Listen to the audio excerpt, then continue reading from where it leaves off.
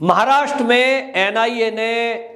29 जगह पर छापेमारी की है और इस छापेमारी में 4 बड़े नामचीन लोगों को गिरफ्तार किया है और इसमें एक फिल्म का प्रोड्यूसर वो जो है जो बहुत बड़ा समीर हिंगोरा, इसको भी डिटेन किया है और पूछताछ की जा रही है। और आपको बता दूं ये समीर हिंगोरा वो है जिसने जो संजय दत्त है उसको AK-56 राइफल दी थी, जिसकी वजह से 9 साल जेल में बंद रहा है। अब ये मामला नए सिरे से एनआईए तलाशने की कोशिश कर रही है और इस मामले में दाऊद इब्राहिम गैंग के कई लोगों को गिरफ्तार किया गया है, जिसमें आपको बता दें बोरीवली, सांता क्रूज, बांद्रा और नागपाड़ा, गोरेगांव, परेल, ये इतने एरिया में 29 जगह पर जो छापेमारी हुई है, इस सब में सलीम कुरैशी और सलीम फ्रूट ये इनको गिरफ्तार किया गया था। और आपको बता दूं सलीम फ्रूट जो है इसने बयान दिया था और इसी ने बताया था ईडी को कि जो नवाब मलिक हैं महाराष्ट्र के मंत्री, उन्होंने दाऊद इब्राहिम की एक प्रॉपर्टी खरीदी थी, जो सीरियल बम ब्लास्ट का दोषी था उसकी एक प्रॉपर्टी इन्होंने खरीदी थी। और इस खरीदने में जो दाऊद इब्राहिम की बहन है हसीना पारकर, उसने बीच में जो है मध्यस्थता की थी और ये खरीद फरोख्त उन जो सीरियल बम ब्लास्ट हुए थे उनके दोषी से खरीद फरोख्त हुई थी। ईडी के इस बयान के बाद, ईडी में जब ये बयान दिया सलीम फ्रूट ने, इसके बाद नवाब मलिक के खिलाफ जांच तेज हुई और ये पाया कि वाकई में इस तरह की प्रॉपर्टी खरीदी गई है। नवाब मलिक आज जेल के अंदर बंद है और इसी केस में ये केस एनआईए को दिया गया था, क्योंकि जहां भी आतंकवादी का कहीं एंगल जुड़ता है तो केस एनआईए हैंडल करता है। ईडी ने प्रॉपर्टी की जांच की और ये पाया कि 5 में से 4 प्रॉपर्टी नवाब मलिक ने ऐसी खरीदी जिसमें बीच में कहीं ना कहीं लिंक हसीना पारकर से बन रहा था और बम ब्लास्ट के दोषियों से बन रहा था। और इसीलिए एनआईए को जरूरत थी कि वो सारे तार खंगाले कि आखिरकार नवाब मलिक का रोल क्या है। नवाब मलिक को जो ये प्रॉपर्टियां दी गई हैं किस एवज में दी गई? 300 करोड़ की प्रॉपर्टी को यदि 20 लाख में दिया जा रहा है तो इसके पीछे का मकसद क्या है? ये बाकी पैसे जो एक्स्ट्रा दिए गए हैं, मतलब एक करोड़ों रुपए की प्रॉपर्टी को कुछ टोकन मनी जैसा लेकर और ट्रांसफर कर दिया गया, ऐसी जो प्रॉपर्टी है इसकी एवज में आतंकवादियों ने नवाब मलिक से क्या मदद ली, पता ये लगाना था। और इसलिए एनआईए ने पूरी एक लिस्ट तैयार की, कौन कौन लोग नवाब मलिक के इर्द गिर्द हैं, कौन कौन लोग ऐसे हैं जो दाऊद इब्राहिम के गुर्गे के तौर पर काम कर रहे हैं, और लिस्ट बना करके इकट्ठा एक साथ 29 ठिकानों पे जो रेड की है। एनआईए के सूत्रों ने बताया कि उसमें बहुत सारे दस्तावेज ऐसे मिले हैं जिससे ये पता लगता है कि दाऊद इब्राहिम जो गैंग है ये डी कंपनी अवैध वसूली करता है मुंबई के अंदर। और ये अवैध वसूली का तरीका वही है जो हम फिल्मों में देखते आए हैं कि दाऊद इब्राहिम का फोन आएगा, उसके किसी गुर्गे का फोन आएगा कि हमारा फला आदमी आ रहा है, इससे इतने पैसे दे दो, डरा धमकाकर पैसे इकट्ठे करना। कोई करोड़ रुपए की प्रॉपर्टी है, उसको लाख, 2 लाख, 10 लाख दिए और वो अपने नाम करा ली प्रॉपर्टी, फिर इस प्रॉपर्टी को ऊंचे दाम में बेच देना, 2 नंबर के पैसे को 1 नंबर में बनाना। ये सारी जानकारी एनआईए के पास थी। और इसीलिए आपको बता दूं जो ये लोग गिरफ्तार किए हैं, इसमें अभी एनआईए ने जो पूछताछ के लिए गिरफ्तार किया है, इसमें एक हाजी अली दरगाह के ट्रस्टी है, ये है सुहेल खंडवानी, और इसी में सलीम कुरैशी, समीर हिंगोरा जो मैंने बताया जिसने संजय दत्त को राइफल दी थी, और सलीम फ्रूट, इनको डिटेन किया है, इनको गिरफ्तार किया है। और एनआईए इनसे अब पूछताछ करेगी और निश्चित रूप से ये पता लगाने की कोशिश करेगी कि जो दाऊद के गुर्गे हैं, छोटा शकील, जावेद चिकना, टाइगर मेमन, इकबाल मिर्ची, हसीना पारकर, ये जो डी कंपनी के लोग हैं, इनसे आपके क्या क्या संबंध हैं, कौन कौन सी प्रॉपर्टी आपने खरीदी या बेची। और इसको लेकर आपको एक और बात बता दूं कि इसमें जो एक ये नाम आया है समीर हिंगोरा, ये क्योंकि बॉलीवुड से जुड़ा हुआ नाम है और बॉलीवुड का प्रोड्यूसर है, तो ये भी माना जा रहा है कि अब हालांकि ये जब 9 साल जेल में रहने के बाद छूटा है राइफल देने के जुर्म में, तो उसके बाद से ये आम जिंदगी यानी अपना बॉलीवुड के काम में लगा हुआ है। लेकिन सूत्रों का कहना यह है कि अभी भी इसके लिंक डी कंपनी से हैं, तो निश्चित रूप से कोई ना कोई 2 नंबर का काम ये चल रहा है मुंबई के अंदर। इस रेड में एक बात और खुलासा होगा अभी कि पहली बात, नवाब मलिक जिसने दाऊद कंपनी के अवैध प्रॉपर्टी को खरीदा,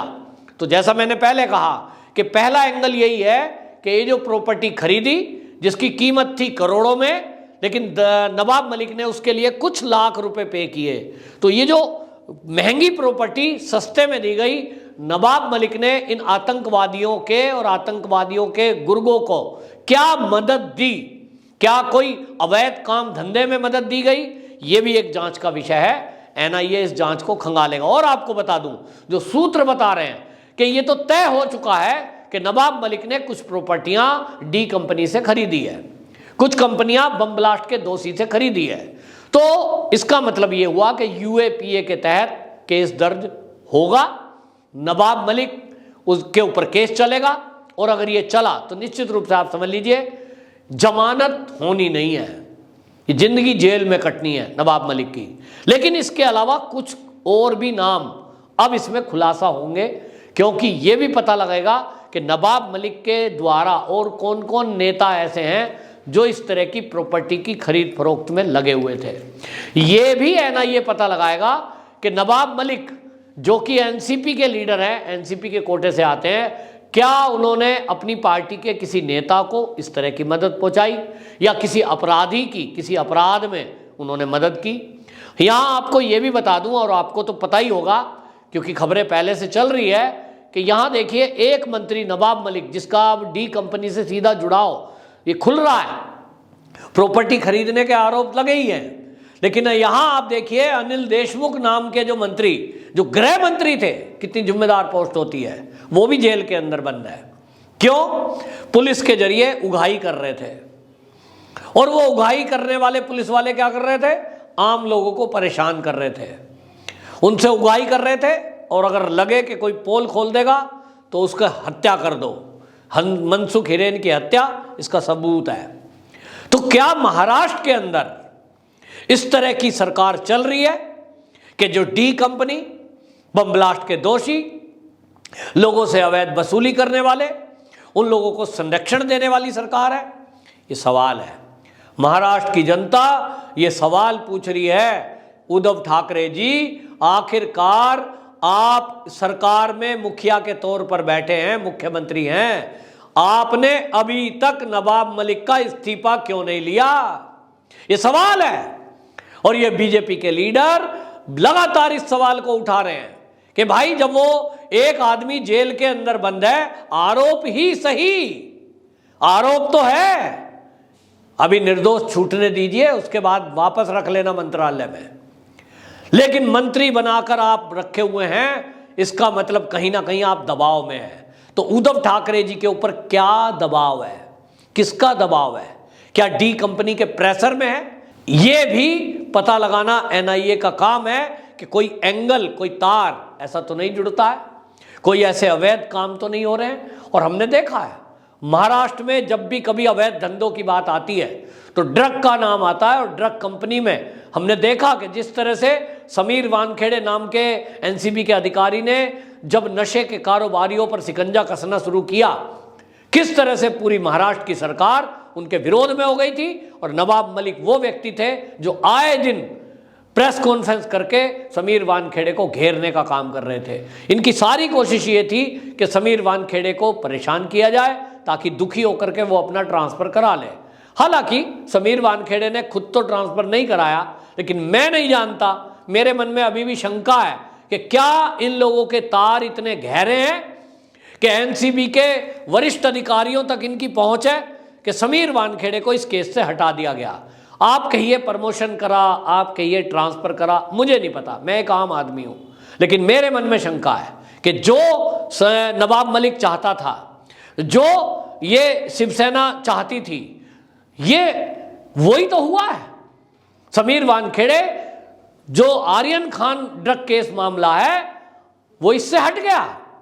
यानी शाहरुख खान के बेटे को बचाने के लिए क्या ये बॉलीवुड का जो गैंग है ये इतना पावरफुल है कि ये किसी एक एनसीबी के अधिकारी की ट्रांसफर और पोस्टिंग भी करा सकता है या किसी को जेल में डाल सकता है, किसी के खिलाफ एफआईआर दर्ज करा सकता है। बड़ा सवाल है और ये इसका उत्तर मैं जानना चाहता हूं, पूरा देश जानना चाहता है कि आखिरकार क्या हुआ आर्यन खान केस का, क्यों हटाया गया समीर वानखेड़े को, और हटाया तो आपने हटा दिया, लेकिन जो अगला आया उसने क्या किया। हम डे बाय डे सुन रहे थे कि आज ये हुआ, आज ये हुआ, डेली प्रोग्रेस हो रही थी। आज उस केस में क्या हो रहा है। जो भी ड्रग के पहले मामले हैं, सुशांत सिंह राजपूत के मामले में रिया चक्रवर्ती गिरफ्तार हुई थी, लेकिन उसके बाद क्या हुआ कुछ नहीं पता। तो ये एक ऐसा लग रहा है कि मकड़ी का जाला है जिसमें बड़े बड़े सिकंजे फैलाए पड़े हुए लोग हैं और इसमें फंसते जाते हैं, लेकिन माया जिसको कहते हैं माया नगरी, वो मुंबई, उसके राज कभी भी बाहर नहीं आते हैं। कम से कम बड़े लोगों के राज तो कभी बाहर नहीं आते और आम जनता केवल तरसती रह जाती है, पूछती रह जाती है कि कब राज खुलेगा सुशांत सिंह राजपूत की मौत का। वंदे मातरम।